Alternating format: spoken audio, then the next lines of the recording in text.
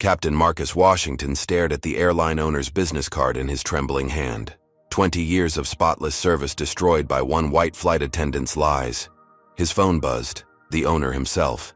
In 5 minutes, either his career would end, or justice would finally prevail. Before we dive into this shocking story of racial discrimination at 30,000 feet, tell me where you're watching from in the comments below. Hit that like button and subscribe if you want to see more stories about people fighting back against injustice in the workplace. Now let's find out how Captain Washington found himself in this life-changing moment, and whether he'll clear his name or lose everything he's worked for. 8-year-old Marcus Washington pressed his nose against the glass at Harlem's local library, eyes fixed on a dusty aviation book. The librarian, an older white woman, watched him skeptically. "Those pilots don't look like you," she said, not unkindly. "Maybe pick something more realistic?" But young Marcus clutched the book tighter. "One day planes will have captains who look like me," he whispered, too quietly for her to hear.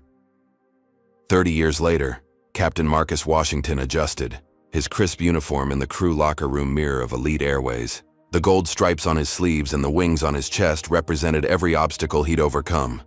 Every doubter, every closed door, every "we don't usually hire your kind" rejection. Elite Airways was the 5th airline he'd applied to after graduating top of his class. The first 4 had found creative reasons why he wasn't quite the right fit, despite his impeccable credentials and military aviation experience. When Elite finally took a chance, Marcus vowed to be nothing less than exceptional. For 20 years, he had been. "Looking sharp as always, Captain Washington," said First Officer Ramirez, entering the locker room.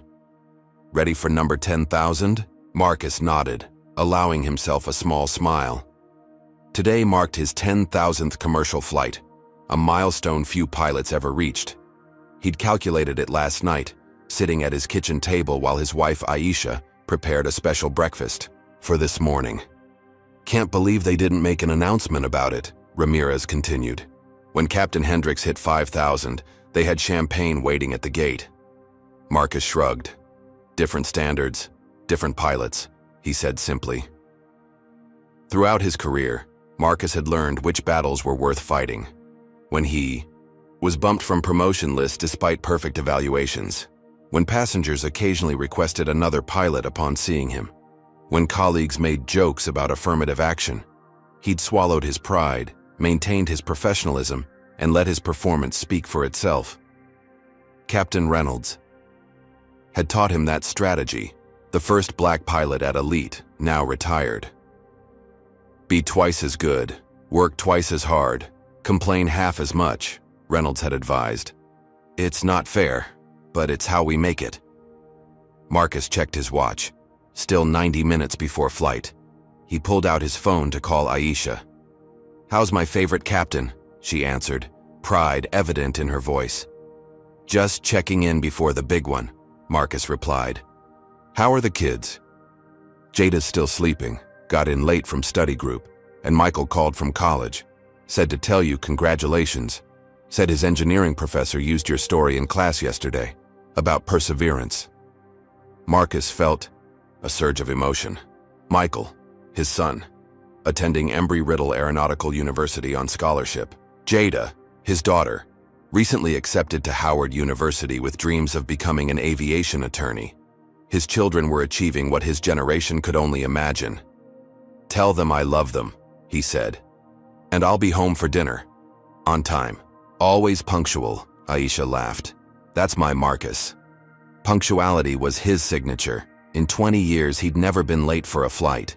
Even when faced with mechanical issues, weather delays, or traffic, Captain Washington found a way to keep schedules intact. It was another standard he held himself to, knowing that for a black captain, tardiness wouldn't be forgiven as easily as it might be for his white colleagues. He headed toward the pre-flight briefing room, mentally reviewing today's flight plan: Chicago to Phoenix, standard route, possible weather systems developing in the southwest. As he walked through the terminal, he noted the familiar subtle reactions, the double takes from passengers, the surprised expressions quickly masked, the occasional warmth from black travelers who'd make eye contact, nod, and smile with quiet pride. 20 years. And still, his uniform didn't fully shield him from being seen as an anomaly first, a professional second. But today wasn't about that. Today was flight number 10,000. A perfect day to remember why all the struggle had been worth it. The briefing room door swung open, revealing his crew for today's milestone flight. 3 familiar faces, and one that made his heart sink slightly. Veronica Miller. "Captain," she said, her smile not reaching her eyes. "How unexpected to have you on this route." In his 20 years at Elite, Veronica was the only flight attendant who'd ever filed formal complaints against him. Twice for unprofessional communication, when he'd corrected safety procedures she'd neglected. Both complaints were dismissed, but the pattern was clear. "Good morning, Ms. Miller," he replied professionally. "Let's have a great flight today." Ramirez caught his eye with a sympathetic glance. Everyone knew Veronica's reputation, especially among minority crew members. But with 25 years of seniority, she was untouchable. The perfect flight Marcus had envisioned for his milestone suddenly seemed less certain. As he began the briefing, he pushed the thought aside. 10,000 flights. Not even Veronica Miller could take that accomplishment away from him. "Good morning, ladies and gentlemen. This is Captain Marcus Washington speaking. Welcome aboard Elite Airways Flight 2187 from Chicago to Phoenix. Our flight time today will be approximately 3 hours and 40 minutes. We're expecting some weather systems near our destination, but we'll do our best to make this a smooth journey for you." Marcus completed his welcome announcement and set the microphone down, settling into the familiar rhythm of pre-flight procedures. First Officer Ramirez moved efficiently beside him, their partnership well practiced after dozens of flights together. "Weather report just updated," Ramirez noted. "Looks like that system over Phoenix is intensifying. Might need to plan for holding patterns." Marcus nodded, reviewing the latest meteorological data. "Let's load extra fuel. Better safe than rushed." The cockpit door opened, and Veronica Miller stepped in. Protocol required the lead flight attendant to check in before departure, but her timing was premature. They were still completing essential safety checks. "We're boarding now, Captain," she announced, emphasizing his title with a subtle inflection that somehow made it sound less than respectful. "Several VIP passengers in first class today. The regional vice president of sales is in 2A. "Thank you, Ms. Miller," Marcus replied evenly. "We'll be ready for an on-time departure." She lingered, watching as he continued his checklist. "Are you sure about that weather delay you mentioned? The passengers are already asking questions. It looks clear outside." "The weather concern is in Phoenix, not Chicago," he explained patiently. "We're monitoring it closely." "Well, just so you know, we've promised an on-time arrival to our VIPs," she said, before turning to leave. Ramirez raised an eyebrow after the door closed. "Did she just try to pressure you about a weather situation?" "Not the first time," Marcus replied, returning to his checklist. "Won't be the last." The boarding process completed smoothly, and Flight 2187 pushed back from the gate precisely on schedule. Marcus navigated through Chicago's morning traffic with practiced precision, and soon they were airborne, climbing toward their cruising altitude of 35,000 feet. 2 hours into the flight, the air traffic control update confirmed his concerns. Elite 2187, Phoenix approach. Be advised we're experiencing significant thunderstorm activity and wind shear alerts. Expect holding patterns and possible diversion. Roger that, Phoenix approach. Elite 2187 acknowledging weather advisory. Request updated routing, Marcus responded. He switched to the cabin announcement system. "Ladies and gentlemen, this is Captain Washington. As anticipated, we're encountering weather delays around Phoenix. Air traffic control has requested we enter a holding pattern while they manage the congestion. We've planned for this possibility and have plenty of fuel. Safety is our top priority, and we'll keep you updated as we receive more information." As he completed the announcement, the cabin interphone buzzed. Veronica again. "Captain, passengers are getting restless. The executive in 2A is asking why we can't just land. He says he flew into Phoenix yesterday with no problems." Marcus kept his voice level.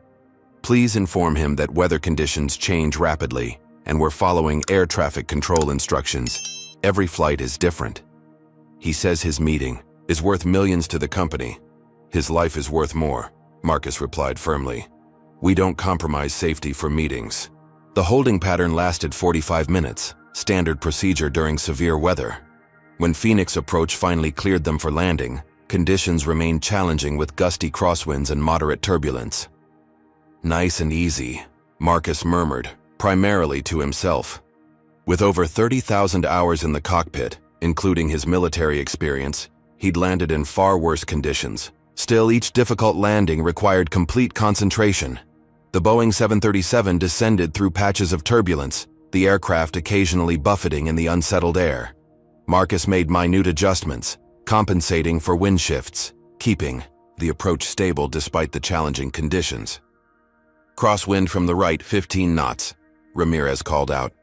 Compensating, Marcus responded, adjusting the controls with practiced precision.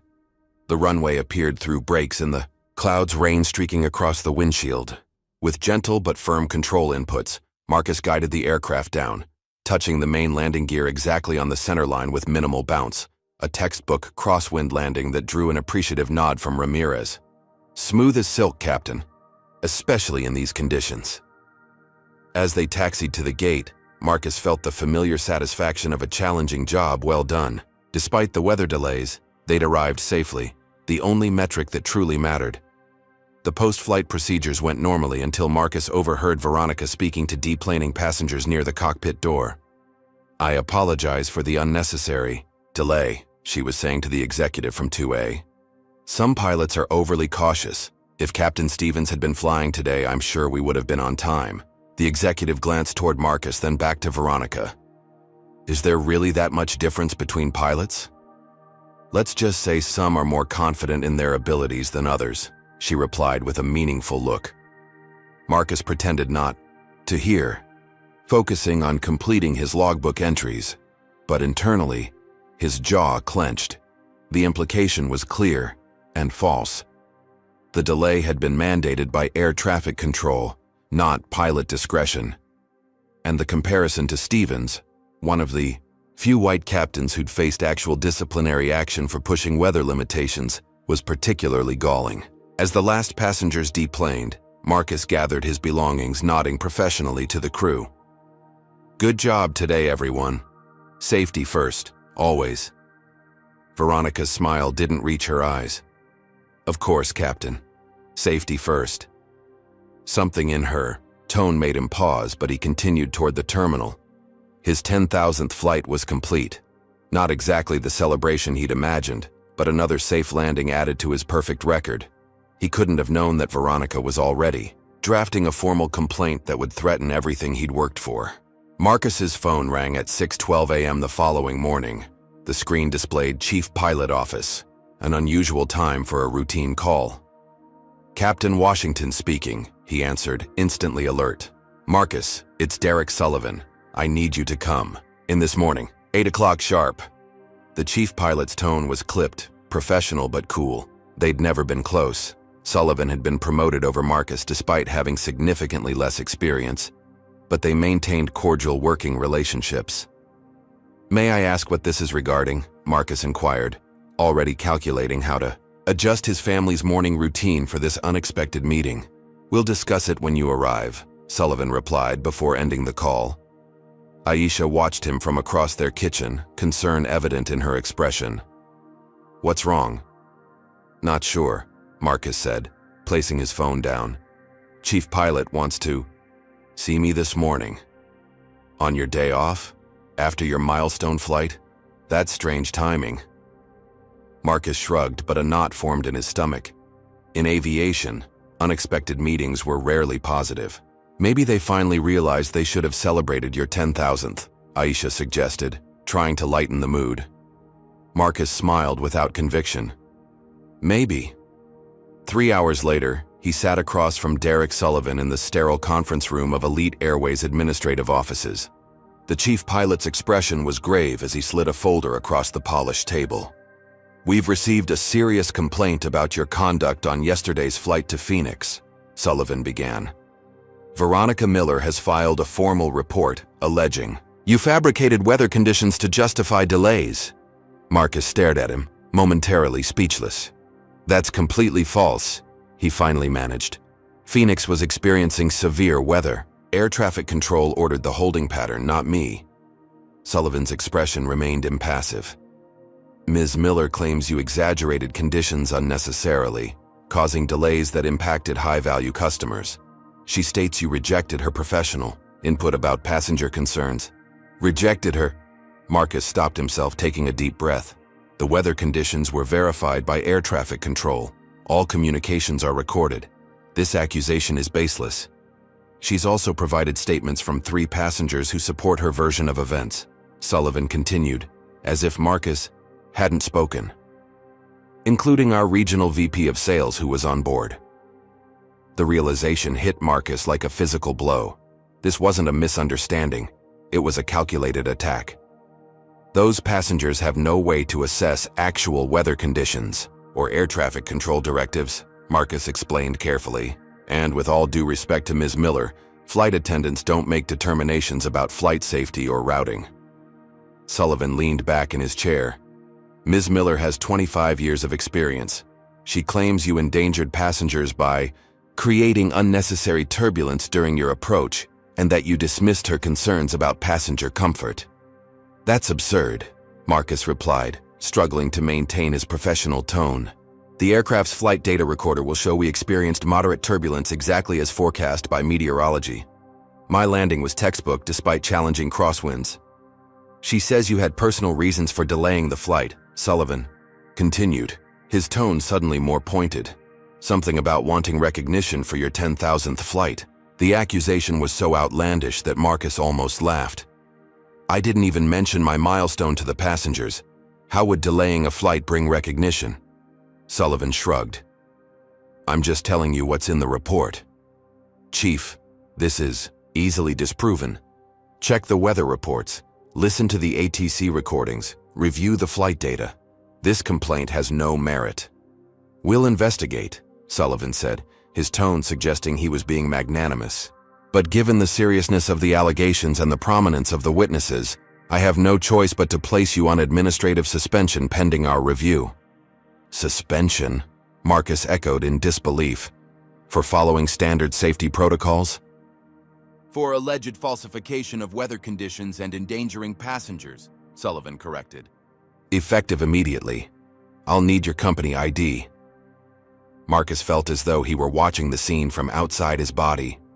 20 years of flawless service, and he was being suspended based on accusations that could be disproven in minutes with readily available data. How long will this investigation take? He asked, struggling to keep his voice even. These things are thorough. Could be a few weeks. Could be longer. As Marcus reluctantly handed over his Elite Airways identification badge, he noticed something shift in the atmosphere of the room. 2 security officers appeared in the doorway. Standard procedure for suspended employees, Sullivan explained, not quite meeting Marcus's eyes. They'll escort you out. The humiliation of being walked through the operations center, past colleagues and crew members who'd known him for decades, burned like acid. Whispers followed in his wake. By tomorrow, everyone would know Captain Washington had been suspended. 20 years of reputation destroyed in 20 minutes. Would this have happened if he were white? If those passengers had seen a white captain making the exact same safety decisions? If it had been a white captain being accused by a black flight attendant? Have you ever witnessed someone being treated differently at work because of their race? Comment number 1, if you've seen racial bias in action in your workplace. Or number 2, if you believe workplaces today are generally fair. Don't forget to like this video if you're outraged by what happened to Captain Washington. Subscribe to see how he fights back against this injustice. But the question remains, how would Marcus explain this humiliating suspension to his family? And would this destroy not only his career but his children's futures too? Let's find out. The garage door closed behind Marcus's car with a dull thud that seemed to finalize his new reality. He sat motionless in the driver's seat, hands still gripping the steering wheel, trying to process what had just happened. Suspended. After 20 spotless years. His house, The beautiful two-story colonial in Oak Park that represented decades of careful saving suddenly felt like it was built on quicksand. Their mortgage, Michael's college tuition, Jada's upcoming university costs, all depended on his captain's salary. The front door opened, and Aisha appeared, her expression shifting from welcome to concern as she registered his early return and the devastation on his face. "Marcus, what happened?" He couldn't bring himself to answer immediately. Instead, he slowly exited the car, walked to his wife and embraced her tightly, drawing strength from her steadiness. Inside, seated at their kitchen table, where just yesterday they'd celebrated his milestone, Marcus recounted the morning's events, each word painful to articulate. "Suspended?" Aisha repeated, her voice rising. "Based on a flight attendant's complaint with no evidence? That's outrageous." "They claim to be investigating," Marcus replied, but Sullivan had clearly already made his judgment. "What about the weather reports, the flight recordings, the data? All of that should exonerate me completely." But Sullivan acted like those were minor details compared to passenger statements. Aisha's eyes flashed with anger. "Passengers who have no idea about aviation safety or weather conditions. This is absurd, Marcus. It's discrimination, plain and simple." Before Marcus could respond, the front door opened again. Jada, their 17-year-old daughter, returned from her morning run, wireless earbuds still in place. She pulled them out upon seeing both parents home mid-morning on a weekday. "Dad, why are you home? Is everything okay?" Marcus and Aisha exchanged glances. They'd always been honest with their children about the realities of racism in America. It was a necessary survival conversation in black families, but this hit painfully close to home. "Sit down, honey," Marcus said gently. "Something's happened at work." Jada listened intently as her father explained the situation, her expression gradually hardening. "So this white flight attendant lied about you, and they just believed her?" "Without checking facts first," she summarized, her voice tight with controlled anger. "The investigation is ongoing," Marcus qualified, attempting to model the professionalism he'd always maintained. "But they suspended you first," Jada pressed. "Before investigating. They assumed you were guilty." "Yes," Marcus admitted. "They did." "Because you're black," Jada stated flatly. It wasn't a question. The silence that followed confirmed her assessment. Eventually, Marcus nodded. "That's probably a factor," he acknowledged. "But we don't know for sure and we can't prove it." "We shouldn't have to prove it," Jada exclaimed, tears forming. "It's 2025, Dad. This shouldn't still be happening." Marcus reached across the table, taking his daughter's hand. Her acceptance letter to Howard University's pre-law program, her dream school, had arrived just last month. They'd planned to hang it on the wall alongside Michael's Embry-Riddle acceptance from 3 years earlier. "Is this going to affect my college?" Jada asked quietly, voicing the concern that had been weighing on Marcus since leaving Sullivan's office. "No," Aisha interjected firmly. "Absolutely not. We have savings. We'll make it work." But Marcus knew their savings wouldn't last long with a mortgage, car payments, and 2 college tuitions. Elite Airways' suspension policy meant he'd receive only basic benefits, no flight pay, which constituted the majority of his income. That evening, Marcus placed a video call to Michael at Embry-Riddle. His son's reaction mirrored Jada's initial disbelief, followed by a deeper, more resigned anger. "I literally just gave a presentation on the history of black pilots in America," Michael said. "The professor asked us to research barriers in aviation. I talked about how things had improved. Used you as the example, Dad." The irony wasn't lost on Marcus. "Things have improved," he insisted. "I've had opportunities your grandfather couldn't have imagined." "But they're still treating you like it's 1950, Michael countered. "One white woman makes an accusation, and your whole career is in jeopardy?" After the call ended, Marcus retreated to his home office. Sleep would be impossible without action. He began methodically gathering evidence, downloading weather reports for Phoenix the previous day, requesting his flight data through Pilot. Union channels, searching for air traffic control recordings that would confirm his account. Around midnight, Aisha brought him a cup of tea, settling into the chair beside his desk. "I spoke with my brother," she said quietly. "He knows a good employment attorney." Marcus nodded absently, eyes fixed on his computer screen. "I found something interesting," he said, pointing to a forum for airline employees. "Veronica Miller has a reputation. There are comments here from other crew members, mostly minorities, who've had issues with her. Document everything," Aisha advised. "And Marcus, we need to prepare for this to get ugly. If she's targeting you because of race, this isn't going to be resolved quickly or cleanly." Marcus leaned back, suddenly exhausted. "I've always played by the rules, Aisha. Kept my head down. Done everything twice as well as expected. Never given anyone reason to question my professionalism." "I know," she replied softly. "And that's exactly why you can't let this stand. Not just for yourself, but for Michael and Jada. For every black pilot who comes after you." Later that night, unable to sleep, Marcus stood in the doorway of Jada's bedroom. His daughter had plastered her walls with aviation posters alongside social justice quotes.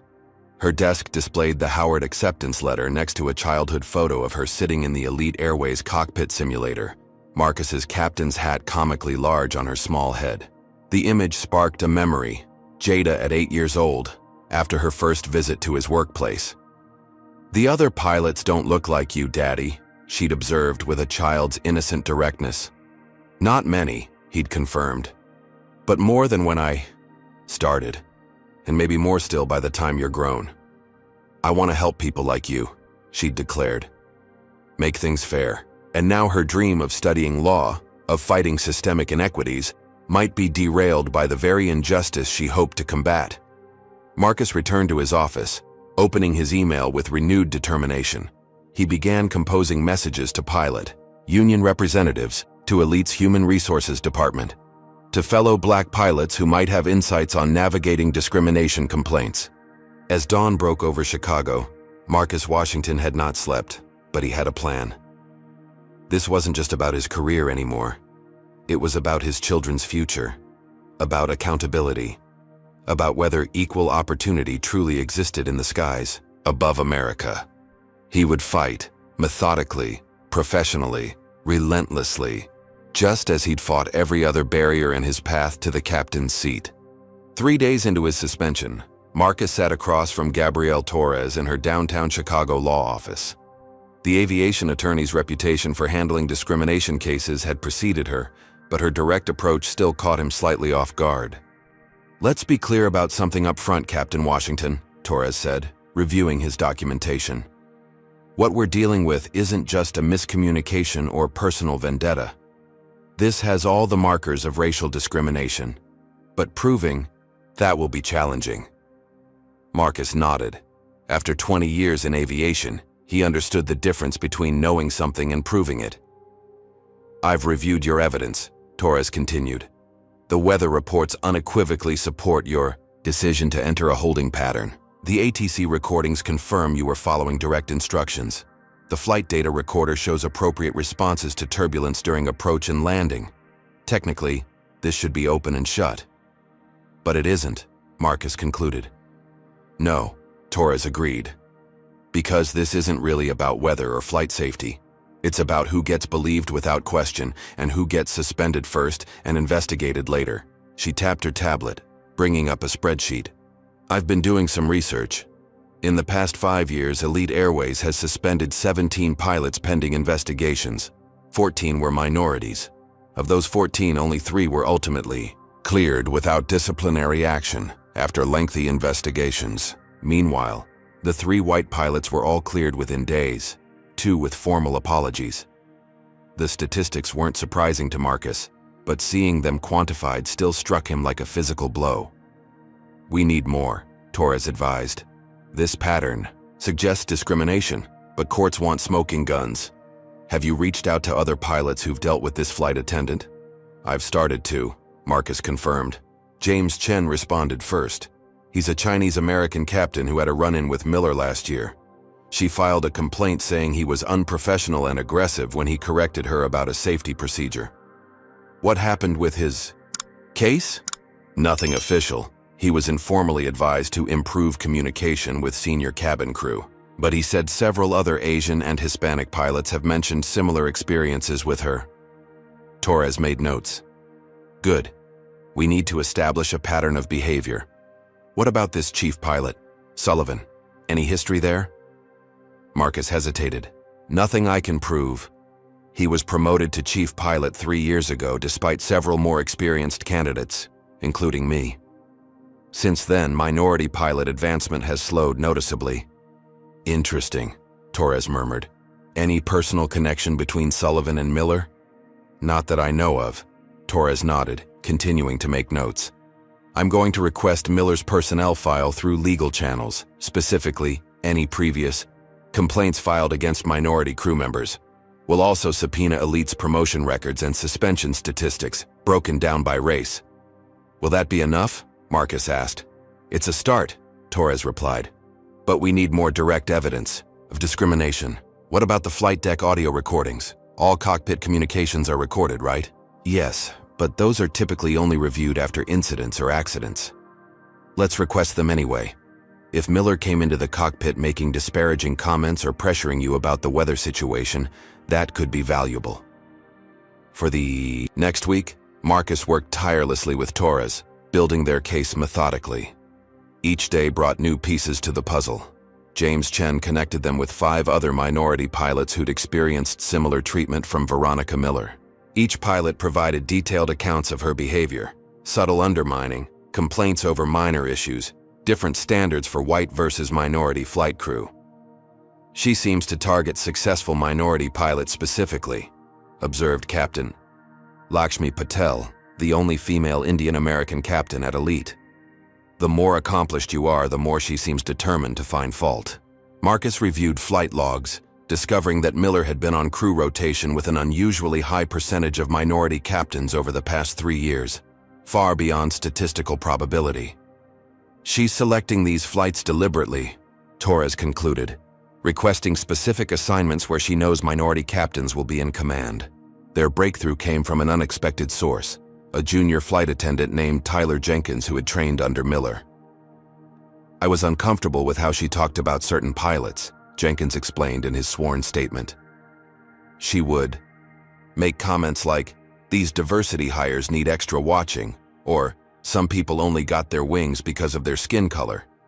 When I objected once, she said I needed to understand how standards had slipped since the company began its diversity initiatives. Torres was particularly interested in Jenkins' account of a conversation he'd overheard between Miller and Chief Pilot Sullivan at a company function.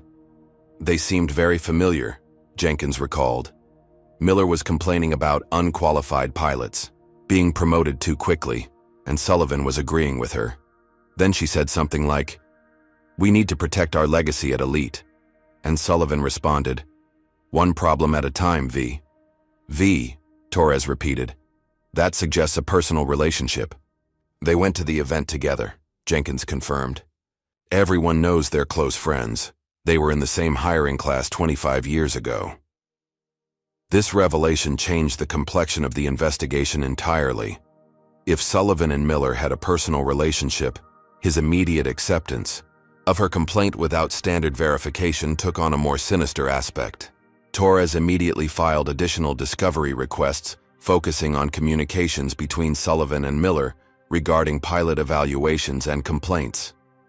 Meanwhile, Marcus had been examining the flight deck recordings from his Phoenix flight. After multiple reviews, he identified something significant during the pre-flight checks. "Listen to this section," he told Torres, playing the audio. In the recording, Miller could be heard entering the cockpit, ostensibly for routine communication. But as she was leaving, she muttered something barely audible. Another diversity captain playing it safe. Torres's eyes widened. That's explicit bias. She entered the flight already prejudiced against your decision-making. The most damning evidence came when they finally obtained records of previous complaints filed by Miller. Over her 25-year career, she had filed 27 formal complaints against flight crew members. 24 were against minorities. Not a single complaint had been filed against a white male captain over the age of 50. This goes beyond individual racism, Torres said grimly, reviewing the statistics. This is systematic. Miller files complaints. Sullivan fast-tracks investigations against minorities while slow-walking those against white crew members. The pattern is undeniable.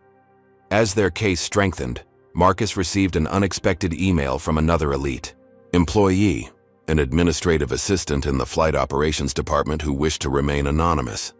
"Captain Washington," the email began, "I've been disturbed by what's happening to you.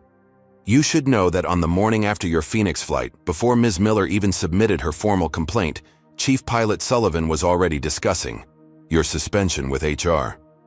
I overheard him say, 'We finally have something concrete on Washington.'" This seemed predetermined, not investigative. Marcus forwarded the email to Torres, who immediately added it to their growing evidence file. "We're building a compelling case," she told him during their next meeting. "But Elite will fight this aggressively. They'll claim Miller's complaints were made in good faith, that Sullivan was following standard protocols. They'll cite their diversity initiatives as evidence they don't discriminate." "So what's our next step?" Marcus asked. "Normally, I'd recommend filing an EEOC complaint, then a lawsuit," Torres replied. "But given the structure of Elite Airways, there might be another approach." She pulled up Elite's corporate organizational chart. Derek Sullivan reports to the VP of Flight Operations, who reports to the COO, who reports to the CEO. But Elite is privately owned by Thomas Richards, who technically outranks all of them. Richards isn't involved in day-to-day operations, Marcus pointed out. He's semi-retired. True, but he still holds final authority, and from what I've researched, he's been a proponent of diversity in aviation. His daughter is actually a pilot for a competing airline. Marcus considered this information carefully. Going above his direct management chain carried significant risks, but after everything he'd uncovered, standard channels seemed unlikely to deliver justice. "If we take this directly to Richards," Torres continued, "with all our evidence organized and verified, we might bypass the institutional barriers protecting Miller and Sullivan." "That's a big gamble," Marcus observed. "If Richards sides with his management team, I'll be permanently blacklisted." "True," Torres acknowledged. "But if he's the man his public statements suggest, he won't tolerate systematic discrimination in his company." Marcus thought about his children, about Michael presenting on the history of black pilots, about Jada dreaming of fighting injustice through law. He thought about Captain Reynolds and all the barriers that had been broken to create opportunities for pilots like him. "Let's do it," he decided. "Prepare everything for Richards. If Elite Airways wants to defend discrimination, rather than address it, I need to know that now." Torres nodded approvingly. "I'll draft a comprehensive brief, but you should write a personal letter as well. Your experience, your record, what this has cost you and your family." That evening, Marcus sat at his desk, composing the most important letter of his career. He didn't just detail the evidence of discrimination. He wrote about his love of flying, his commitment to safety, his pride in representing Elite Airways for 20 years. "This isn't just about my career," he wrote in conclusion. "It's about whether Elite Airways truly believes in equal opportunity and evaluation based on performance rather than prejudice. It's about whether the company I've served loyally for 2 decades sees me as a valued captain or a diversity hire, to be held to different standards.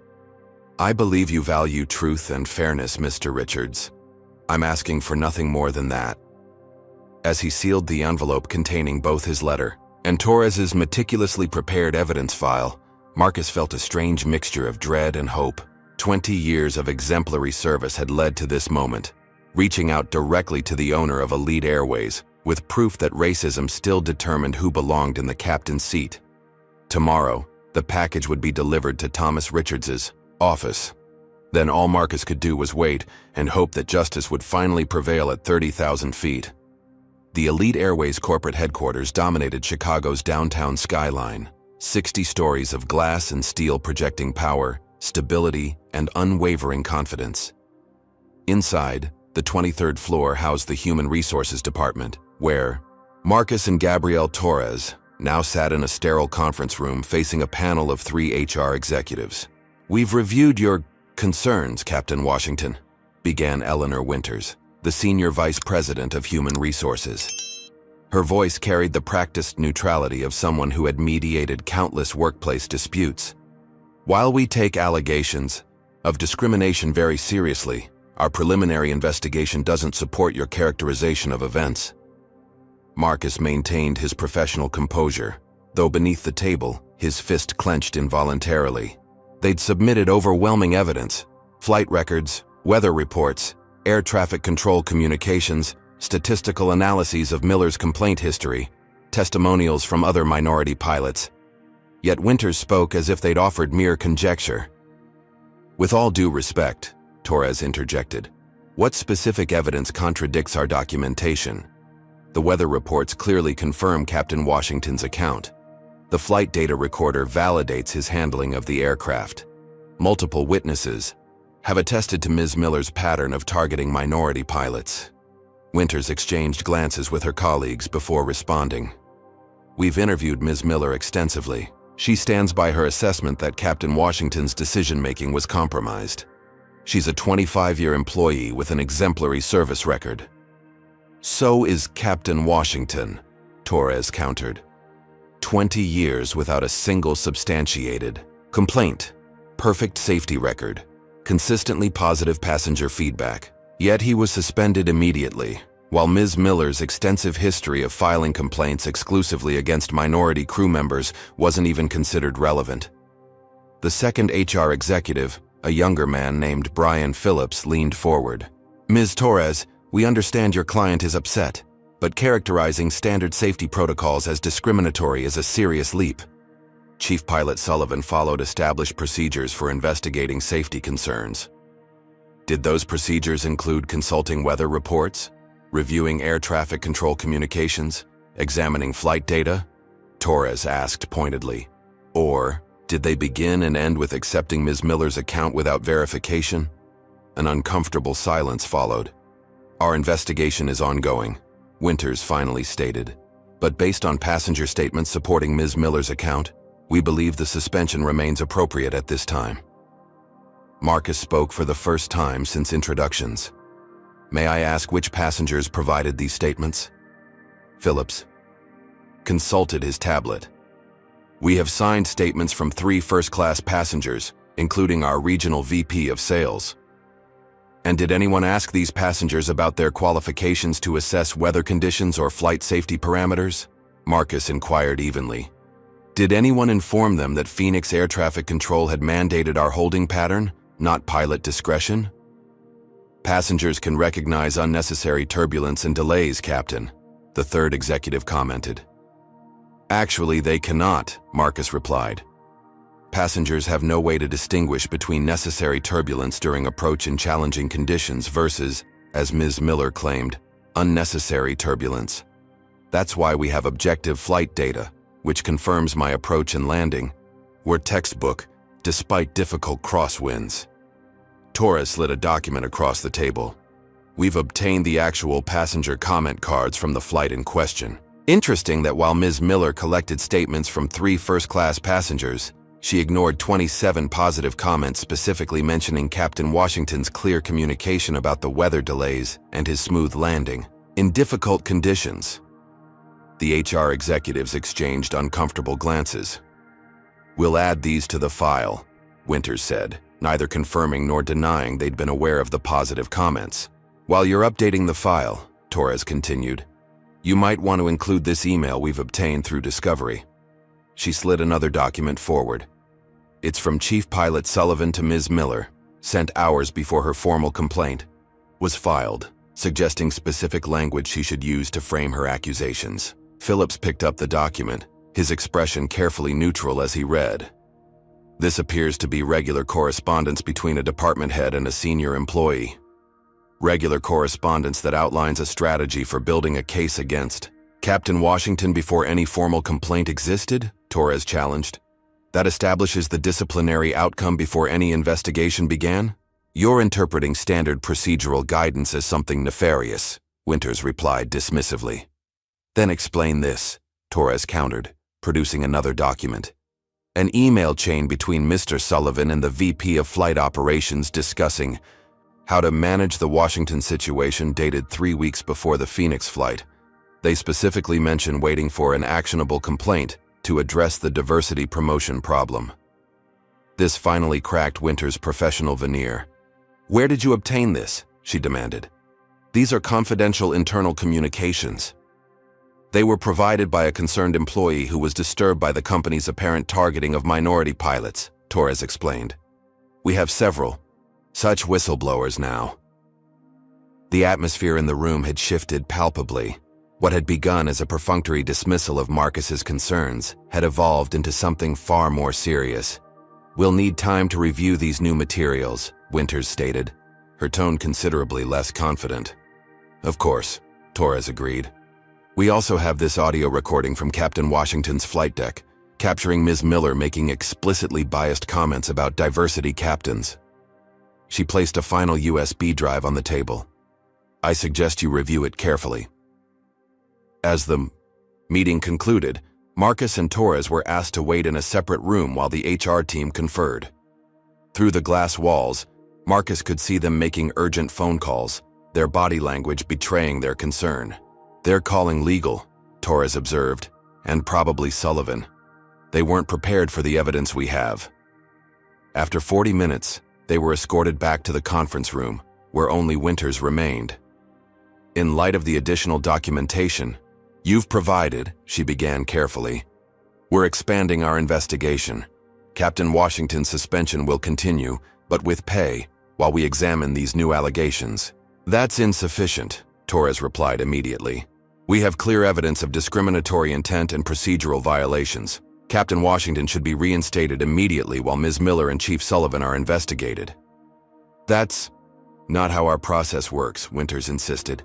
"We need to follow established protocols." "The same protocols that were ignored when Captain Washington was suspended without proper evidence review?" Torres asked.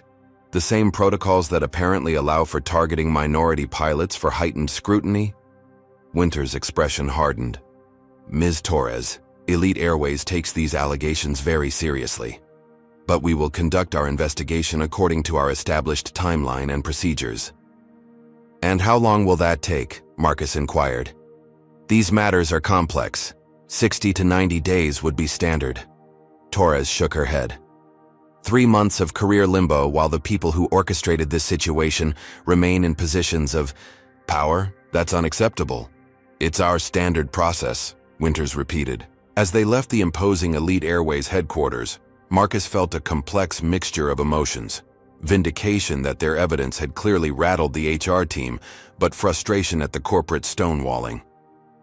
"They're buying time," Torres observed, as they walked toward the parking garage. "Hoping this will go away or that you'll accept some minimal settlement rather than fight for full accountability." "What now?" Marcus asked. "We continue building our case. I'll file the EEOC complaint today. That starts the clock on potential legal action." That evening, checking his Elite employee email for the first time since the meeting, Marcus discovered something disturbing. A company-wide schedule update listed Veronica Miller as working her regular routes, including several with the minority pilots who had provided statements supporting Marcus. Meanwhile, an internal memo, accidentally included in an email thread Marcus was copied on, outlined talking points for management about recent personnel matters, instructing supervisors to emphasize that safety concerns must be taken seriously, regardless of an employee's background or tenure. The implication was clear. Elite was already framing Marcus's situation as a legitimate safety investigation rather than discrimination. More concerning still was an email Marcus received from Tyler Jenkins, the flight attendant who had provided testimony about Miller's biased comments. "Captain Washington," Jenkins wrote, "I wanted to let you know I've been reassigned to International. Routes effective immediately. They're saying it's a development opportunity, but the timing seems suspicious. I stand by my statement, but I thought you should know they're moving people around."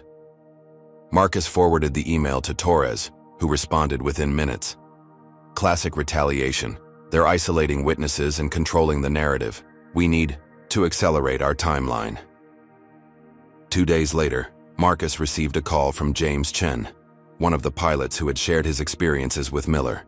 "Washington, something weird is happening," Chen began without preamble. "HR called me in for a clarification meeting about my statement. They had printed copies of my private texts with another pilot discussing your case. They're monitoring. Communications, man."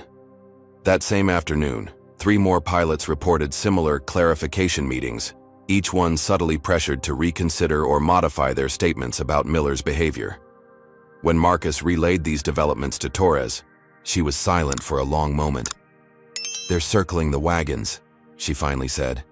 "This goes deeper than Miller and Sullivan. There's institutional resistance to addressing the discrimination issue. So what do we do? If they're willing to monitor communications and pressure witnesses, what's our recourse?" Torres considered the question carefully. "We have 2 options. We proceed with the EEOC complaint and subsequent lawsuit, which could take years to resolve and might result in a confidential settlement that doesn't create real change. Or what?" Marcus prompted. "Or we go directly to the top, not HR, not the executive team, straight to Thomas Richards himself." "The owner?" Marcus was skeptical. "He's semi-retired, probably insulated from day-to-day operations by layers of management." "Exactly," Torres replied, "which means he might not know what's happening in his company. Richards has a reputation for fairness. His public statements on diversity have been progressive, and unlike the executives who are busy protecting themselves and each other, he has the authority to resolve this immediately." "It's risky," Marcus observed. "If Richards sides with his management team, we lose our leverage for negotiation." "True," Torres acknowledged. "But from what I've seen, Elite's corporate structure is already mobilizing to bury this case in procedures and delays. Richards might be our best shot at cutting through that." Marcus thought about his children, about the tuition payments coming due, about the message his case was sending about whether justice was possible for Black professionals who played by the rules. He thought about the younger minority pilots at Elite, who were watching his situation as a bellwether for their own futures. "Let's do it," he decided. "Let's contact Richards directly." The next morning, Marcus personally delivered a comprehensive package to Thomas Richards's private office. It contained everything: the weather reports, flight data, witness statements, emails showing coordination between Miller and Sullivan, statistics on disparate treatment of minority pilots, and a personal letter explaining how 20 years of exemplary service had been dismissed based on demonstrably false accusations.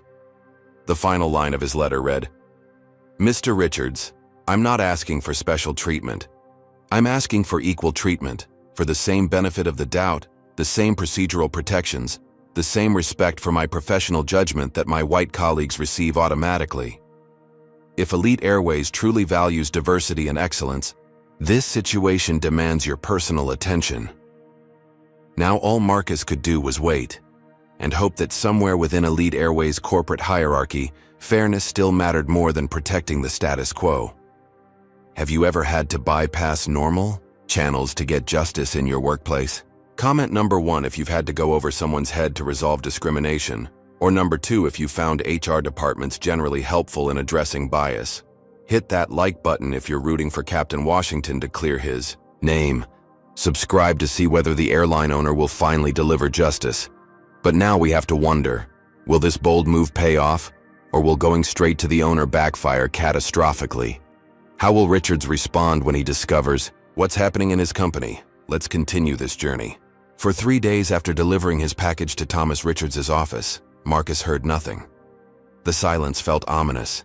Perhaps his direct appeal had been intercepted by gatekeepers, or worse, forwarded back to the very executives he was reporting. On the morning of the 4th day, Marcus's phone rang while he was helping Jada prepare for a scholarship interview. The caller ID displayed an unfamiliar number.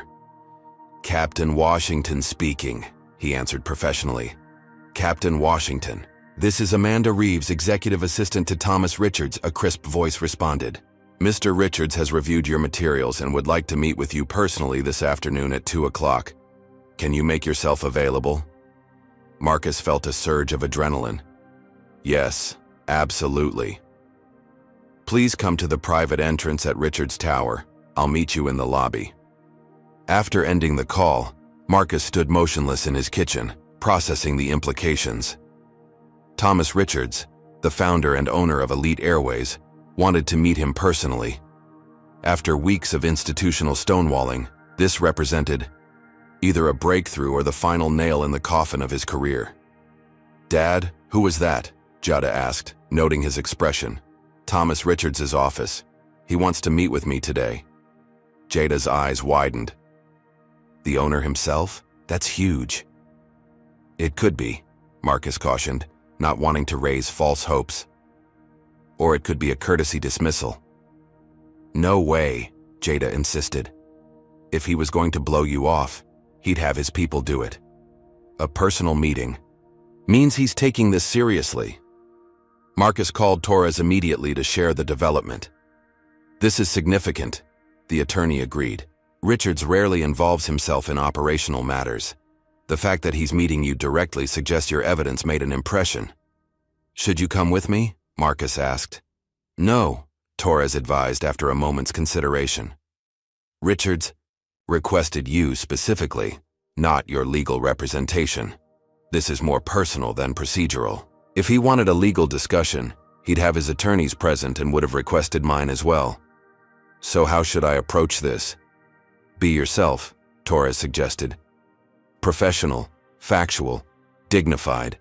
Exactly the qualities that made you an exceptional captain for 20 years. Don't focus on potential compensation or settlements. Focus on the systemic issues and your desire to ensure fairness for all pilots at Elite." At 1:30 that afternoon, Marcus arrived at Richards' Tower in downtown Chicago. The imposing 80-story building housed not only Elite Airways executive offices, but also Richards' numerous other business interests. The private entrance featured subtle security, no metal detectors or uniformed guards, but observant staff and discreet cameras monitored all movement. Marcus approached the reception desk, where a young woman smiled professionally. "Good afternoon. I'm Captain Marcus Washington, here to see Mr. Richards." Before the receptionist could respond, a door opened, revealing a tall, elegant black woman in her 50s. "Captain Washington, I'm Amanda Reeves. Thank you for coming on such short notice. Please follow me." As they walked toward a private elevator, Marcus noted that Reeves wore an Elite Airways service pin indicating 30 years with the company, longer than he'd been there. "Mr. Richards appreciates your directness in bringing these matters to his attention," Reeves commented as they ascended. "He values people who demonstrate conviction." The elevator opened directly into a tasteful reception area on the 78th floor. Reeves led Marcus to a set of double doors, knocked once, and opened them without waiting for a response. Thomas Richards' office was unexpectedly understated. Spacious but not ostentatious, with floor-to-ceiling windows offering a panoramic view of Chicago. Richards himself stood gazing out at the skyline, a tall man in his 70s with silver hair and the straight posture of someone who'd never stopped working despite his wealth. He turned as they entered, his expression thoughtful rather than imposing. "Captain Washington," he said, crossing the room to shake Marcus's hand firmly. "Thank you for coming. Please, have a seat." Richards gestured toward a small conference table rather than his desk, a subtle but meaningful choice that established a more equal conversational setting. "Would you like coffee? Water?" Richards offered. "Water would be fine, thank you," Marcus replied, maintaining his professional composure despite the surreal nature of sitting across from the billionaire owner of Elite Airways. After Reeves delivered their drinks and departed, closing the doors, behind her, Richards leaned forward slightly. "I've reviewed your materials thoroughly, Captain. 20 years of exemplary service, over 30,000 flight hours, perfect safety record, 10,000 commercial flights without incident." He paused. "That's quite an achievement." "Thank you, sir," Marcus responded. "And yet," Richards continued, "after all that, you were suspended based on a complaint that contradicts objective weather data, air traffic control records, and flight telemetry." His tone wasn't accusatory but puzzled, as if trying to reconcile an inconsistency. "That's correct," Marcus confirmed. Richards nodded slowly.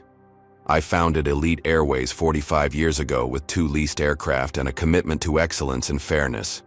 Somewhere along the way, it seems those values have become selective in their application. He stood, walking to retrieve a folder from his desk. After receiving your package, I had my personal team conduct an independent review. Separate from HR, separate from flight operations. The results are disturbing. Richards opened the folder, revealing charts and statistics. In the past 5 years, minority pilots at Elite have been subjected to disciplinary investigations at 4 times the rate of their white colleagues. Their investigations average 72 days, while white pilots' investigations average 11 days. Promotion rates show similar disparities. Marcus remained silent, allowing Richards to continue his assessment. Ms. Miller, it seems, has filed 27 formal complaints in her career, 24 against minority crew members. That's not coincidence, Captain Washington, that's pattern. No, sir, it's not coincidence, Marcus agreed quietly. Richards closed the folder. I'm not naive, Captain. I understand that institutional biases exist even in companies I own. But what troubles me most isn't just the discrimination itself, it's how vigorously the system has defended it when challenged. He looked directly at Marcus. You shouldn't have needed to contact me directly. HR should have recognized the pattern. Sullivan should have verified the weather data before suspending you. The system should have protected excellence regardless of race. I agree, sir, Marcus said. My concern has never been just about my individual case, but about the environment it reveals. Richards nodded approvingly. Well said. He paused, seeming to make a decision. What I'm about to share isn't public knowledge, Captain. My daughter, Elise, is a pilot for Trans-Pacific Airlines. This was unexpected information. Richards rarely discussed his family publicly. She's one of very few black female captains in commercial aviation, Richards continued. She chose not to work for Elite specifically to avoid nepotism concerns, but she shared her experiences with discrimination throughout her career, sometimes subtle, sometimes overt, always persistent.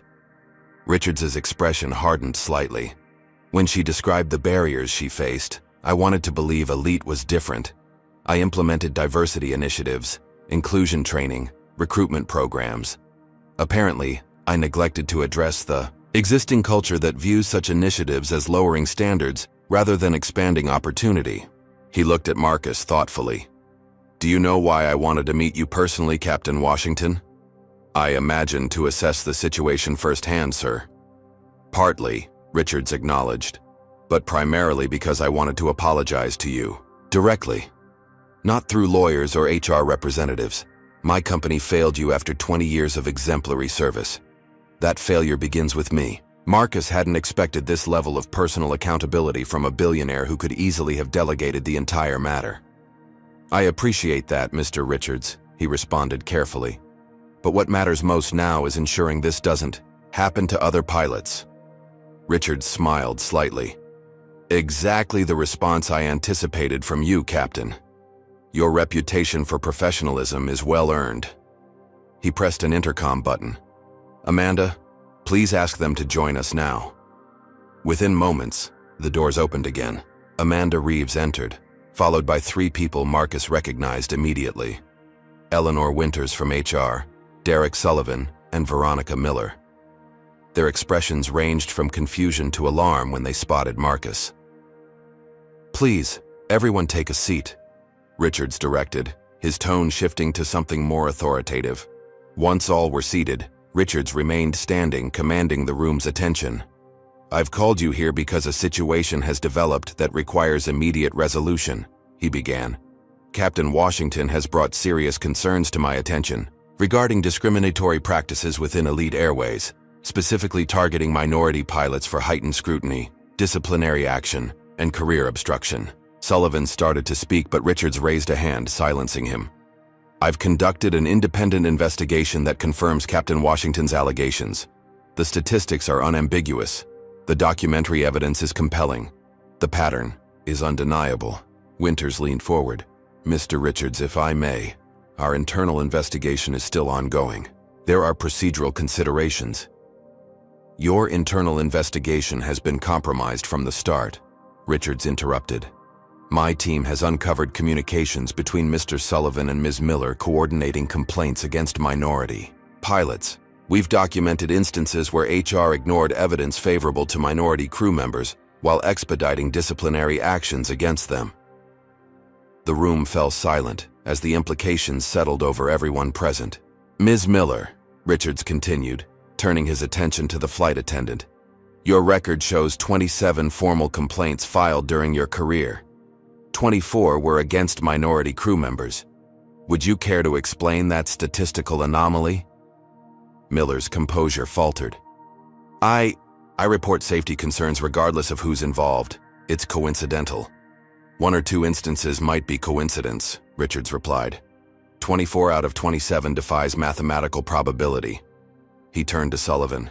And you, as chief pilot, implemented immediate suspension for Captain Washington without reviewing readily available weather data or air traffic control communications that would have immediately exonerated him. Yet, when white captains face similar complaints, your records show you typically conduct preliminary investigations before taking disciplinary action. Sullivan's face reddened. Each situation is unique. Indeed they are, Richards agreed. Yet your responses follow a remarkably consistent pattern based on the race of the pilot involved. He addressed Winters next.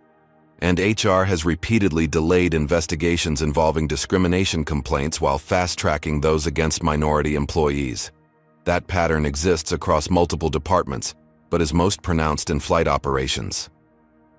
Richards returned to his seat, surveying the group. Elite Airways was founded on principles of excellence and fairness. Somewhere along the way, we've allowed a culture to develop where excellence is recognized selectively and fairness is applied unequally. That ends today. He looked directly at Miller. Ms. Miller, your employment with Elite Airways is terminated, effective immediately. Your pattern of targeted complaints against minority crew members constitutes harassment and discrimination. Miller gasped. You can't, I have 25 years. 25 years during which you systematically undermined qualified pilots based on their race. Richards completed for her. Your seniority makes your behavior more egregious, not less. He turned to Sullivan. Mr. Sullivan, you are removed as chief pilot, effective immediately. You'll be reassigned to training, where you'll participate in developing and implementing a comprehensive anti-bias program for all management personnel. Sullivan's face went from red to white. Sir, I've always followed company protocols. You've selectively applied protocols based on race, Richards corrected. That stops now. Finally, he addressed Winters. Ms. Winters, your department has failed in its fundamental obligation to ensure fair treatment of all employees. You have 2 weeks to present a complete overhaul of HR investigative procedures with specific protections against discriminatory application. Your continued employment depends on the thoroughness of that plan. Winters nodded stiffly, her professional mask finally cracking to reveal genuine concern. Amanda will see you out, Richards concluded. Please turn in your credentials at security. After the 3 stunned executives left, Richards turned back to Marcus. Captain Washington, on behalf of Elite Airways, I apologize for the treatment you've received. You are reinstated effective immediately, with full back pay and compensation for damages. Additionally, I'd like to offer you the position of Director of Pilot Development and Diversity Initiatives, reporting directly to me, not through the standard management chain. Marcus was momentarily speechless. The swiftness and completeness of the resolution exceeded his expectations entirely. That's extremely generous, Mr. Richards, he finally managed. It's not generosity, Captain Washington. It's recognition of excellence and an investment in Elite's future. We need leaders who understand both aviation and the challenges of building a truly equitable workplace. Richards extended his hand. Will you help me restore Elite Airways to what it should be? As Marcus shook Richards' hand, he felt the weight of 20 years. Every small indignity, every extra hurdle, every time he'd had to be twice as good for half the recognition, begin to lift. Yes, sir, he said firmly. I would be honored. As he left Richard's tower that afternoon, Marcus pulled out his phone to call Aisha with the life-changing news. But first he paused to send a message to Torres, whose belief in his case had never wavered. Justice prevailed today. Not just for me, but hopefully for every pilot who comes after me. Thank you for helping make that possible. For the first time since his suspension, Captain Marcus Washington looked up at the sky with anticipation rather than uncertainty.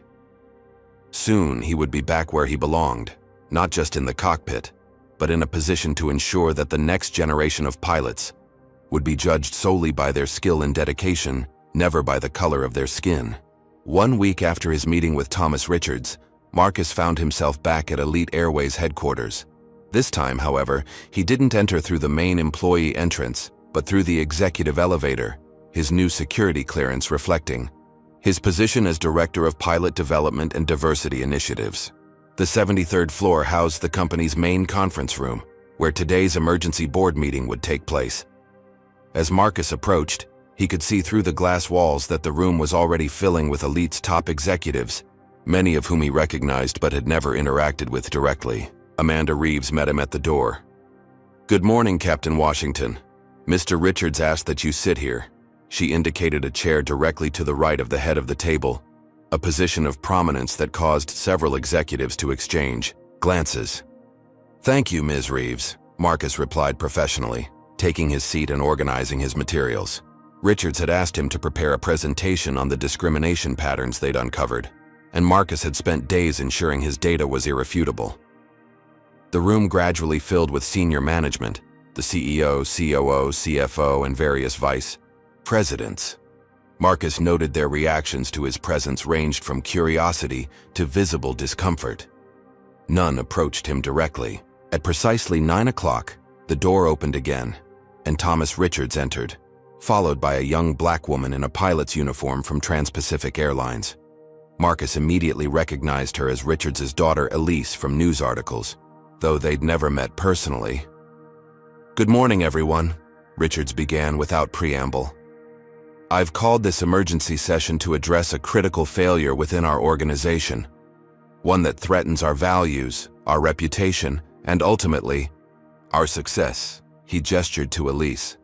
"My daughter, Captain Elise Richards, has joined us today in her capacity as a diversity consultant, not as my family member. She has first-hand experience with the challenges minority pilots face in commercial aviation." Richards then nodded to Marcus. "And Captain Marcus Washington, whom many of you know by reputation if not personally, is now our Director of Pilot Development and Diversity Initiatives. He'll be leading our efforts to identify and eliminate discriminatory practices throughout Elite Airways." A subtle tension permeated the room. Several executives shifted uncomfortably in their seats. "Before we begin," Richards continued, "I want to make my position absolutely clear. Elite Airways will not tolerate discrimination in any form. Not subtle bias, not systemic barriers, not preferential treatment based on race, gender, or any other protected characteristic. Those who cannot or will not adapt to this standard have no place in our company's future." The CEO, James Harrington, cleared his throat. "Thomas, while I fully support equality initiatives, I'm concerned about the unprecedented nature of today's meeting. Normal channels exist for addressing HR concerns. Those normal channels have failed systematically," Richards interrupted. "Which is precisely why we're here." He nodded to Marcus. "Captain Washington, please begin your presentation." Marcus stood, activating the large display screen behind him. "Good morning. What I'm about to present isn't a matter of interpretation or opinion. It's data, objective, quantifiable, and disturbing." For the next 30 minutes, Marcus methodically outlined the evidence.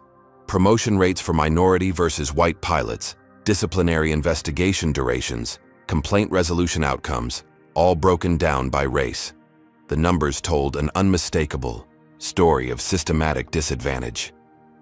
"As you can see," Marcus concluded, "a black pilot at Elite Airways is 4 times more likely to face disciplinary investigation than a white colleague with identical performance metrics. When investigated, their cases remain open 3 times longer. When promoted, they receive approximately 40% more performance reviews in their first year than white peers. These disparities cannot be explained by performance, experience, or any factor other than race. The room remained silent as the executives absorbed the implications. Finally, the Vice President of Flight Operations, Stephen Reynolds, Sullivan's direct superior, spoke up. These numbers are concerning, certainly, but they don't necessarily prove intentional discrimination. Correlation isn't causation. An excellent point, Marcus acknowledged, which is why we also examined specific cases where intent became explicit.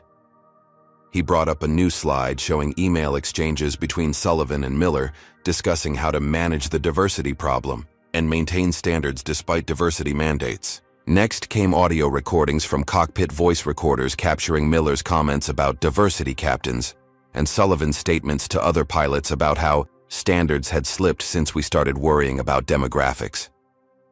This isn't subtle bias, Marcus stated. This is overt discrimination, documented and undeniable. Reynolds's face had paled considerably. I was unaware of these communications. That's part of the problem, Richards interjected. This behavior flourished because accountability failed at multiple levels. The door opened again, and Derek Sullivan was escorted in by security. His expression hardened when he saw Marcus at the front of the room. Mr. Sullivan, Richards said, please take a seat. We're discussing the discriminatory practices you implemented as chief pilot. Sullivan remained standing. I've always followed company protocols. If those protocols resulted in disparate outcomes, that's a systemic issue beyond my control. Actually, Marcus replied, bringing up another slide, we've identified 43 instances where you deviated from standard protocols. In 41 cases, those deviations disadvantaged minority pilots or advantaged white pilots. Statistical analysis puts the probability of that pattern occurring randomly at less than 0.001%. Sullivan's composure began to crack. You're cherry-picking data to support a predetermined narrative. The narrative is written in your own words, Mr. Sullivan, Marcus responded calmly, displaying an email where Sullivan had written explicitly about finding reasons to weed out diversity hires who don't truly belong in the captain's seat. The conference room door opened once more, and Veronica Miller entered, escorted by another security officer. Unlike Sullivan, she appeared immediately defensive, her eyes darting around the room. Ms. Miller, Richards acknowledged, please join us. We're reviewing the pattern of complaints you've filed against minority pilots. Miller took a seat as far from Marcus as possible. I've only reported legitimate safety concerns, she insisted. It's not my fault if certain pilots happen to be minorities. 24 out of 27 complaints targeted minorities, Marcus stated, in a pilot population that was 18% minority during that period. The statistical improbability of that occurring randomly is astronomical. Elise Richards spoke for the first time. Ms. Miller, as a black female captain, I'm particularly interested in understanding your perspective. What specific behaviors did you observe in minority pilots that concerned you so frequently? Miller seemed taken aback by the direct question from Richards's daughter. They often seemed less confident in their decision-making, more hesitant. Interesting, Elise replied. Because the flight data shows that minority pilots at Elite have slightly better safety metrics than their white colleagues, fewer hard landings, better fuel efficiency, and fewer passenger complaints about turbulence. Data can be manipulated, Miller snapped, her composure beginning to crack. Like passenger statements? Marcus inquired, bringing up another slide. We've discovered that on Captain Washington's Phoenix flight, you collected negative comments from 3 first-class passengers while ignoring 27 positive comments. You then presented only the negative feedback as representative. Miller's face flushed. I reported what seemed relevant. What seemed to support your predetermined conclusion, Marcus corrected. Richards addressed the room at large. We've established a clear pattern of targeted discrimination. Now we must address both the specific case of Captain Washington and the broader systemic issues. He turned to Sullivan. Mr. Sullivan, did you review the weather data for Phoenix before suspending Captain Washington? Sullivan hesitated, then admitted, No, I relied on Ms. Miller's report and passenger statements. Did you listen to air traffic control recordings confirming that holding patterns were mandated by ATC, not by Captain Washington's discretion? That wasn't deemed necessary at the preliminary stage, Sullivan replied evasively, yet for the 3 white captains who faced similar complaints in the past year, you personally reviewed all technical data before making any suspension decision, Richards noted.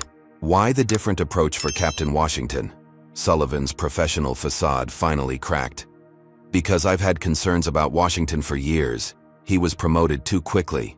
The diversity initiative fast-tracked him when other pilots had waited longer. Captain Washington graduated top of his class, Marcus countered, displaying his personnel file. He had more flight hours than any other candidate in his promotion cohort. His technical evaluations were perfect. What specific qualification did he lack beyond being black? The question hung in the air, unanswered. Miller suddenly stood. This is a witch hunt. You've already decided we're racist without considering that maybe, just maybe, we were actually addressing legitimate concerns. Then let's address the most legitimate evidence of all, Richards said calmly, nodding to Marcus. Marcus brought up a final display. The complete air traffic control recording from the Phoenix flight, synchronized with weather radar imagery, and the flight data recorder information. The recording played through the room's speakers. Elite 2187, Phoenix approach. Be advised we're experiencing significant thunderstorm activity and wind shear alerts. Expect holding patterns and possible diversion. Roger that. Phoenix approach. Elite 2187 acknowledging weather advisory. Request updated routing. The radar clearly showed the severe weather system exactly as Marcus had described in his passenger announcements. The flight data recorder confirmed moderate to severe turbulence during approach, with Marcus's control inputs maintaining optimal stability despite challenging conditions. As the recording concluded with the air traffic controller commending the textbook crosswind landing, the room fell silent. Miller's face had lost all color. Sullivan stared at the table, avoiding eye contact with anyone. The evidence is conclusive, Richards stated. Captain Washington made appropriate safety decisions based on actual weather conditions and air traffic control directives. Any competent aviation professional would have made identical choices, yet he was suspended without investigation. While Ms. Miller's demonstrably false claims were accepted without verification, he turned to the executives. This isn't just about Captain Washington. This is about whether Elite Airways is the company I founded, one where excellence and fairness apply equally to everyone, or whether we've become an organization that merely pretends to value diversity while systematically undermining it. Miller suddenly stood again, her composure completely shattered. You want to know the truth? Fine. Some of these pilots shouldn't be in the cockpit. They were hired to fill quotas, not because they were the best candidates. The room went completely silent at this outburst. Which pilots specifically weren't qualified, Ms. Miller? Elise Richards asked quietly. Captain Washington, with his perfect safety record and 10,000 flights. Or perhaps you mean me, graduate of the Air Force Academy with 15 years of commercial experience? The standards have been lowered, Miller insisted, her voice rising. Everyone knows it, but nobody will say it. The data shows precisely the opposite, Marcus replied calmly. Minority pilots at Elite have on average more training hours, more military experience, and better safety records than their white counterparts. They haven't benefited from lower standards. They've succeeded despite higher ones. Sullivan, seeing Miller's meltdown destroying any remaining credibility, attempted damage control. Ms. Miller's views don't represent official Elite policy. We've always maintained the highest professional standards for all pilots. Yet you implemented those standards differently based on race, Richards observed. The evidence is incontrovertible. He addressed the entire room. Elite Airways has a cancer growing within it, the cancer of discrimination masked as maintaining standards. Today, we begin the treatment. Richards outlined immediate changes. Sullivan's demotion and Miller's termination were merely the first steps. A comprehensive review of all disciplinary actions against minority employees over the past 5 years would begin immediately. Anti-bias training would become mandatory for all management. Promotion criteria would be standardized and transparent. Anonymous reporting channels would be established for employees experiencing discrimination. Captain Washington's reinstatement, with full back pay, is non-negotiable, Richards concluded. Additionally, he'll receive appropriate compensation for the damage to his reputation and the stress inflicted on his family. But more importantly, as our new Director of Pilot Development and Diversity Initiatives, he'll help ensure this never happens again. Miller, realizing her career was over, made one last desperate attempt. This isn't fair. 25 years of service and I'm fired because I reported legitimate concerns? I'll sue for wrongful termination. Richards regarded her calmly. Ms. Miller, we have documented evidence of you making explicitly biased statements about minority pilots. We have statistical proof of your targeted pattern of complaints. We have testimony from multiple witnesses about your discriminatory behavior. And most damningly, we have irrefutable evidence that your complaint against Captain Washington was factually false and motivated by racial bias. He paused. By all means, pursue legal action if you wish. We're fully prepared to make all of this evidence public in court. The fight visibly drained from Miller. Without another word, she turned and left the room, escorted by security. Sullivan, recognizing his position was equally untenable, adopted a more conciliatory tone. I accept the reassignment and will fully cooperate with the anti-bias program. Development. You'll do more than cooperate, Richards corrected. You'll become its most dedicated advocate, or you'll find employment elsewhere. Is that understood? Sullivan nodded stiffly. As the meeting concluded, many executives approached Marcus privately, offering congratulations on his new position and assurances of their support for the reforms. Whether motivated by genuine conviction or political survival instinct, their acknowledgement represented the beginning of actual change. Outside the conference room, Elise Richards introduced herself properly to Marcus. Captain Washington, it's an honor to meet you. My father has spoken highly of your professionalism and courage. The honor is mine, Captain Richards, Marcus replied. Your father mentioned your experiences in commercial aviation. I suspect they mirror many of my own. Elise smiled knowingly. The aviation industry has a long way to go, but today was a significant step forward, not just for Elite, but potentially as a model for other airlines. Thomas Richards joined them. Captain Washington, I'd like you to join me for lunch. We have much to discuss about implementing these changes effectively. As they walked toward the executive dining room, Richards added quietly, what happened today wasn't just corporate accountability. It was personal for me. When Elise described similar experiences at her airline, I realized the problem was industry-wide. But change has to start somewhere. Why not with Elite? For the first time in weeks, Marcus felt the weight fully lifting from his shoulders. The confrontation had been necessary, painful, but cleansing, like lancing an infected wound. Now the real healing could begin, not just for him personally, but for the company culture that had allowed discrimination to flourish unchecked for too long. The path forward wouldn't be easy. Institutional change never was. But with Richard's support and his new position's authority, Marcus finally had the opportunity to transform Elite Airways into the meritocracy it had always claimed to be, where pilots were judged solely by their skill, dedication, and performance, never by the color of their skin. 6 months after the confrontation that had transformed Elite Airways, Captain Marcus Washington stood in the cockpit of a Boeing 787 Dreamliner, completing his pre-flight checks with practiced precision. Through the windshield, Chicago O'Hare's vast expanse stretched before him, morning sunlight glinting off other aircraft taxiing toward their gates. This wasn't just any flight. It was Marcus's ceremonial return to the captain's seat. Flight 1000, specially numbered to commemorate both his reinstatement and Elite's renewed commitment to equity. First Officer Lakshmi Patel, the Indian-American pilot who had provided crucial testimony about Miller's discriminatory behavior, worked efficiently beside him. Systems check complete, Captain, she reported with a smile. Everything's perfect. Thank you, First Officer Patel, Marcus replied. How does it feel to be on the first all-minority command crew flight that Elite has officially recognized? Overdue, Patel answered candidly, but satisfying nonetheless. The cockpit door opened, and Thomas Richards himself stepped in, a rare appearance by the owner on an actual flight. "Captain Washington, First Officer Patel. Just wanted to wish you both good flight before I take my seat."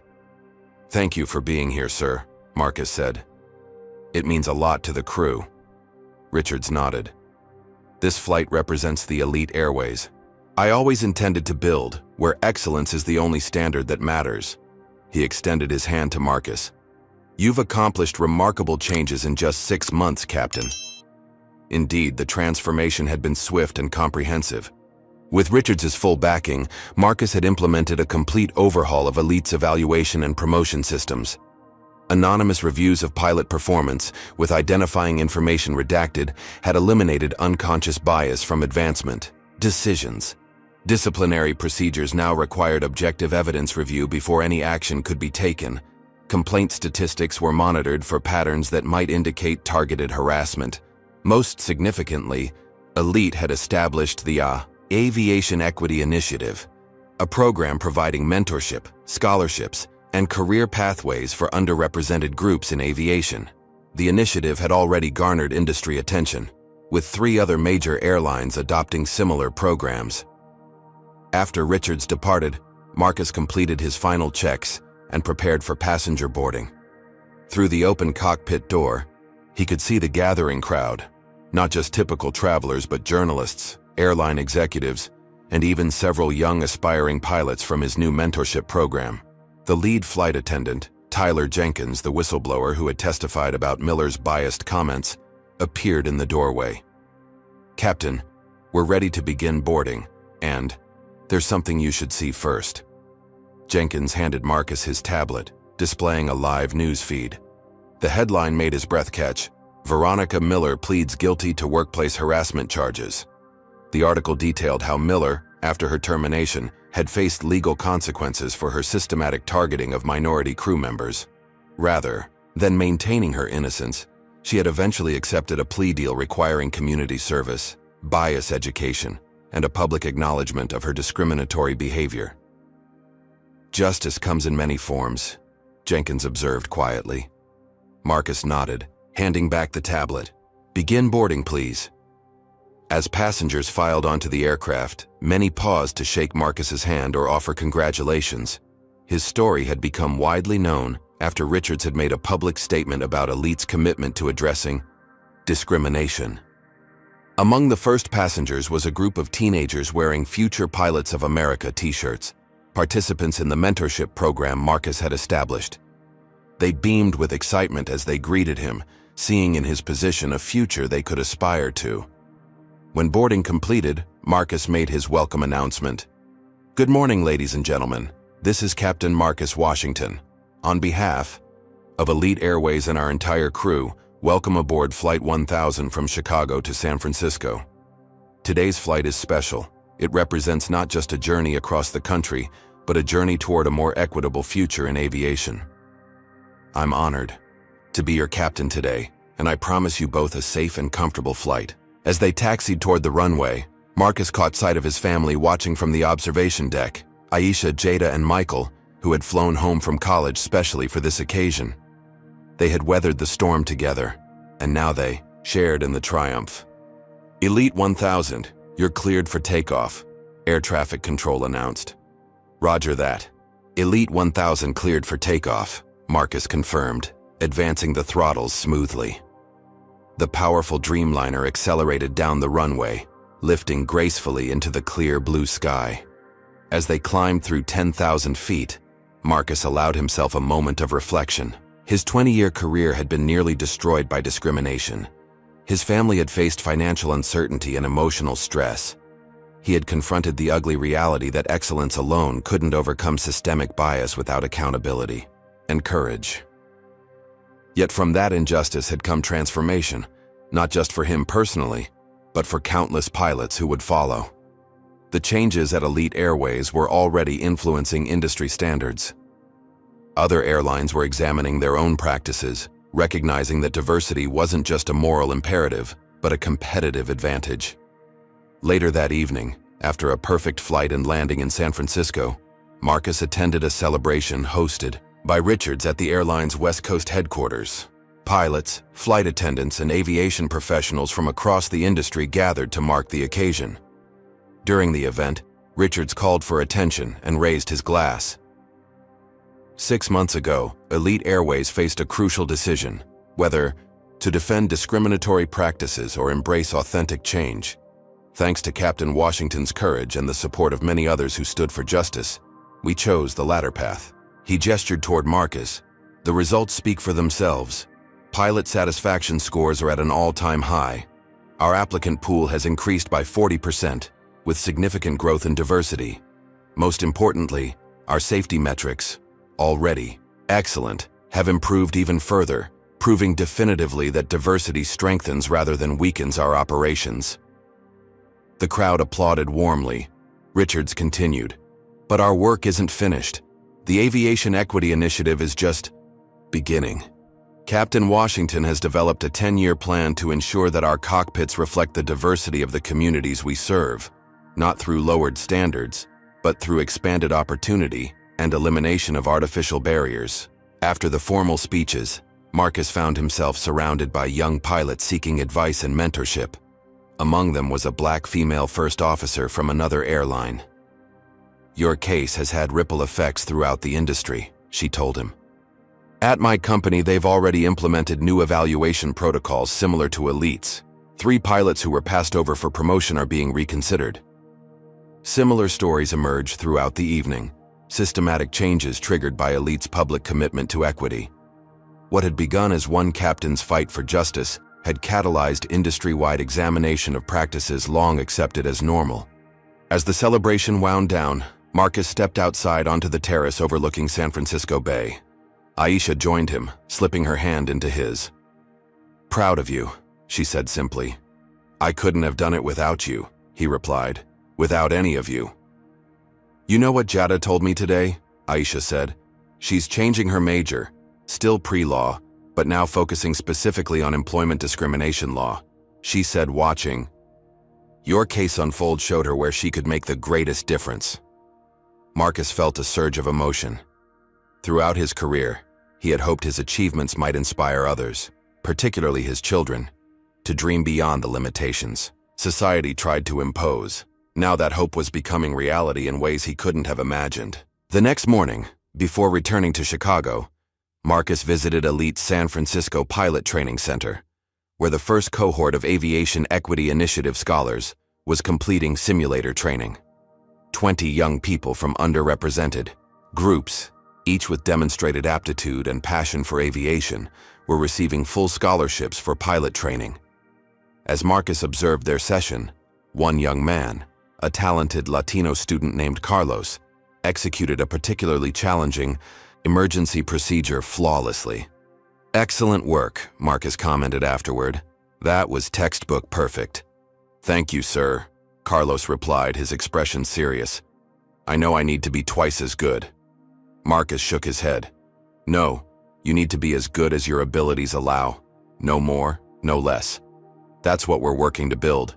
A world where the same standards apply to everyone, where excellence is recognized regardless of what you look like or where you come from." Carlos nodded, understanding dawning in his eyes. "That's why this program matters so much." "Exactly," Marcus confirmed. "Aviation should judge you by your skill in the cockpit, period. And we're getting closer to that reality every day." Later, that week back in Chicago, Marcus received a call from Thomas Richards. "Captain Washington, I've just come from a meeting with the Airline Industry Association. They've unanimously adopted the core principles of our equity initiative as industry best practices. 6 major carriers have committed to implementing similar programs within the year." "That's tremendous news," Marcus responded. "It's your legacy," Richards countered. "When you faced discrimination, you could have settled for personal vindication. Instead, you pushed for systemic change that will benefit generations of pilots to come." After ending the call, Marcus walked to his home office, where he'd framed his original captain's wings alongside the ceremonial ones Richards had presented during his reinstatement. Beside them hung a simple plaque bearing Captain Reynolds' Attendant. "Tata Tagen Banon," advice that had guided his career. Be twice as good, work twice as hard, complain half as much. Below it, Marcus had added his own corollary. And when the time comes, speak truth to power, so the next generation won't need to be twice as good. That evening, he received a video call from Michael at Embry-Riddle. His son's expression was jubilant. "Dad, my professor used Elite's Aviation Equity Initiative as our case study today. Your picture was in the presentation." Marcus smiled. How did the class respond? They were totally engaged. A lot of questions about how the changes were implemented so quickly. The professor said it's a textbook example of how institutional culture can be transformed when leadership truly commits to change. After talking with Michael, Marcus joined Aisha and Jada in their living room. A news program was discussing the broader impact of the changes at Elite Airways, how they had sparked examination of hiring and promotion practices across multiple industries.